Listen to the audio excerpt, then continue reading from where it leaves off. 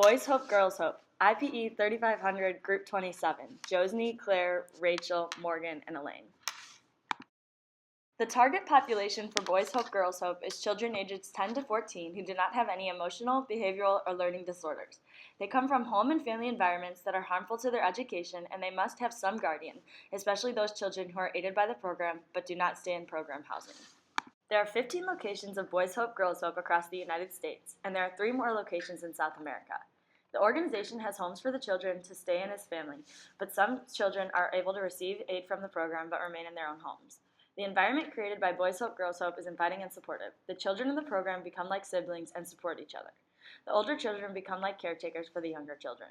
In the homes, everyone eats, cleans, does chores, works, and plays together.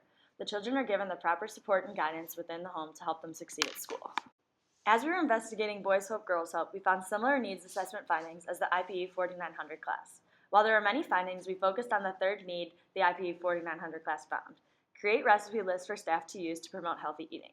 We believe that this is a need because nutrition has been known to play a pivotal role in the ability for a child to learn, stay focused, and stay motivated in school. For our health promotion intervention, we chose to take this needs assessment finding and create a different intervention. In taking the findings of the IPE 4900 class into consideration, our group wanted to create an interactive, fun, and useful intervention that could greatly benefit all the children enrolled in Boys Hope, Girls Hope.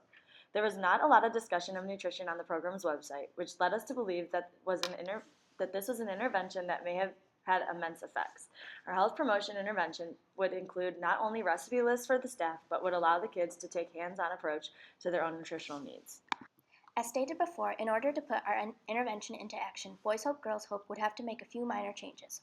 They may need an educator on the staff, such as someone with a nutrition background, if there already is not one, and the staff would have to work side by side with the kids when they cook or go grocery shopping. The short-term goals that our group believes would result would include the children having a new and fun activity. It would give them another opportunity to spend time together while learning a life skill. They would also have to receive and maintain a health nutritional status while being enrolled in the program, which would help them to be more focused and attentive during school. The long-term goals that we foresee this intervention leading to includes giving the children the knowledge and abilities to provide themselves with a healthy, balanced diet for life. The mission of Boys Hope, Girls Hope is Boys Hope, Girls Hope helps academically capable and motivated children in need to reach their full potentials and become men and women for others by providing value-centered, family-like homes, opportunities, and education through college. There were no goals of the program explicitly stated on the website. As we were investigating the program and its services, we found many values that the program hopes to instill in each of their participants. These values include spirituality, better future, integrity, honesty, respect, service, responsibility, dignity, and the development of natural talents. The objectives of Boys Hope, Girls Hope is to prepare for college and higher education, help children discover themselves through extracurricular activities, teach the value of living a life of community service, receive academic, psychological, and spiritual support, and measure success through the intrinsic factors, such as integrity, honesty, respect, and service. We chose to use the ecological framework to assess our needs assessment finding intervention. As an individual, nutrition impacts overall health. Nutrition affects pathophysiological pathways of the body, and the healthier one eats, the healthier one's body remains. Genetics affects metabolism, and it is important to recognize one's dietary needs based on their predisposing genetic risk factors. A child who is in an environment that is harmful to their education could be in an environment that lacks the necessary supplies and money to provide proper nutrition. In regards to social relationships, it is much easier to eat healthy when you are not doing so alone. Thus, living in the homes will reinforce healthy nutrition for all the kids together. If the kids come from unstable homes that lack necessary tools and kitchen appliances to cook healthy meals or cook meals at all, it will be important for them to be placed into living conditions that do provide the appropriate tools. If a child comes from neighborhoods or communities that is a known food desert, their family may not be able to afford or have access to grocery stores, thus leading to eating unhealthy snacks from convenience stores. Boys Hope, Girls Hope could serve as a beneficial institution for these kids by providing them with the necessary foods, appliances, and knowledge to better their nutrition for the future. Boys Hope, Girls Hope could serve as an example for social and economic policy by their impact on nutrition and health of their children. In regards to the ecological framework, nutrition is affected by or affects all aspects of the model. By creating a program that betters the nutrition of each child the program serves, they will see noticeable changes in their surrounding environment and life course. In order to make an effective change, we created a 3-part intervention. This includes education, grocery shopping, and cooking.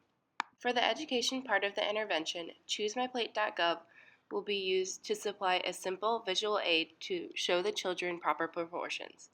There is also a short video further explaining this, as well as showing which kinds of food fit into each category and how to make healthy choices to put a meal together. ChooseMyPlate.gov has additional nutrition videos that may further deliver a full nutrition education. The next part of the intervention is the grocery shopping. Using the knowledge learned in the education portion, the children will use Pinterest to select recipes that follow the nutrition guidelines.